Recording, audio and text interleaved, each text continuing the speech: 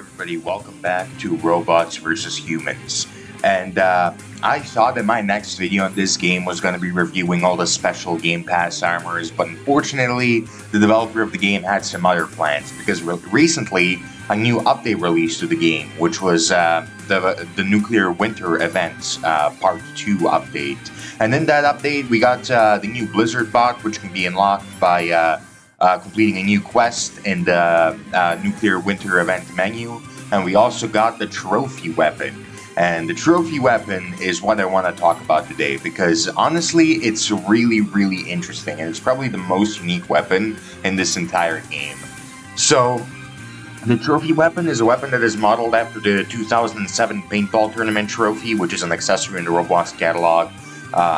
Which was awarded to people who obviously won the paintball tournament back all the way back in 2007, which was almost 20 years ago. Like, goddamn, man. But anyways, yeah, the trophy in this game, though, is a weapon that is awarded to anyone who's on the top 100 player leaderboards. And you can be on any leaderboards within the game. It doesn't matter if you're on the leaderboards for the most kills, most survivals, most money, or most levels. No matter which leaderboard you're on, as long as you're in the top 100 players on the leaderboard within the game, you will get the trophy item.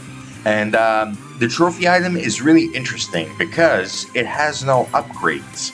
However, depending on who you are, it does have a different level of usability and power, if that makes sense. Because the way that it works is that if you own the trophy, its usefulness and its power level, so to speak, will increase or decrease depending on which rank you are on the leaderboards. So, for example, if you're number 1 on the leaderboards, you will have like 50 durability on your trophy, right? But if you're number 40 on the leaderboards, you will have only 1 durability on your trophy. And what durability does on the trophy item is it allows you to one-shot any robot in the game, which sounds really powerful.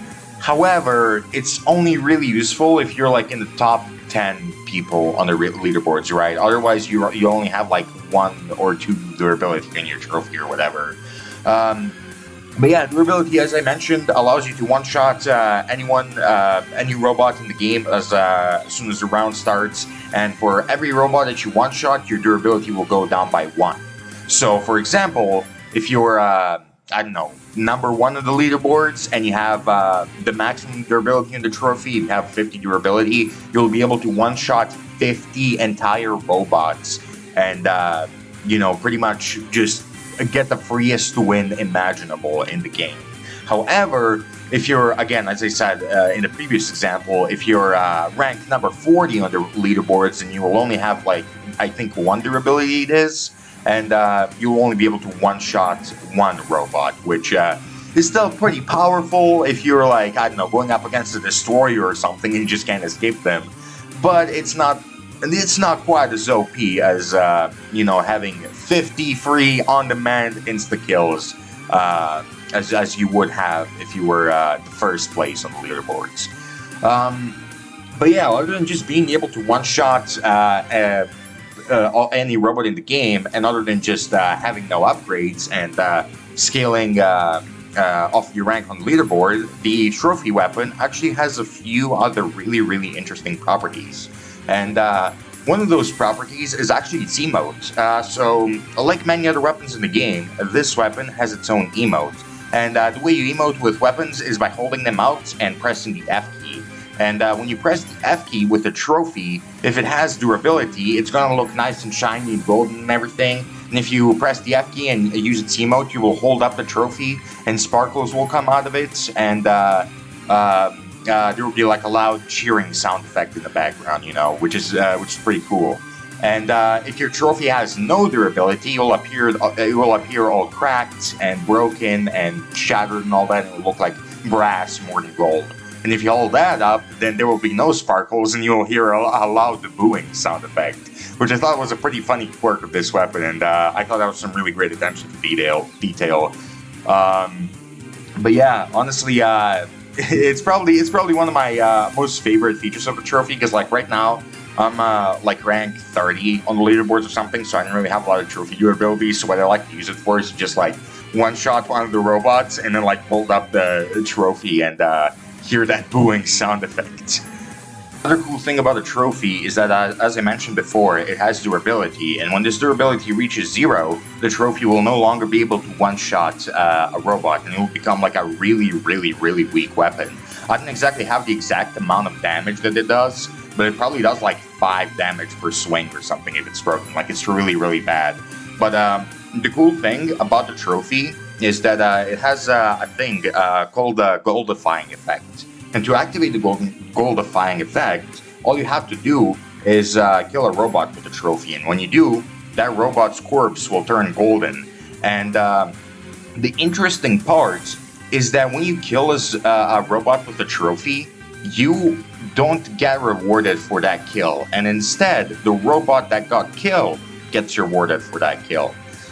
Which I found really interesting, but it kind of makes sense because, like, you know, if you're one of the top 100 players and you manage to kill a robot with a trophy, then you're probably already pretty well off. You know, you probably have like at least a couple $100,000 in the bank, so like you probably don't need any more money. So you know, rewarding the person who got killed is probably makes more sense than rewarding the person who did the killing.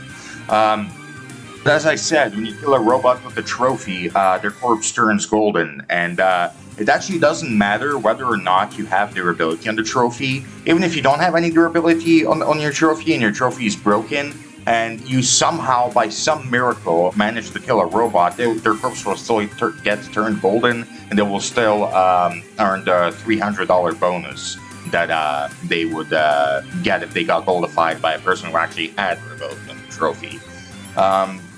But yeah, I find this little quirk really, really cool and really interesting because, as far as I know, or no, actually, I'm going to say I'm certain on this. I'm 100% certain on this. There's not a single other weapon in the game that rewards the robot who was killed by it instead of rewarding the person who killed the robot with the weapon. So I find it really cool how if you kill a robot with a trophy, the robot is the one that gets rewarded 300 gold instead of you. I just find that to be pretty funny and silly and quirky and all that.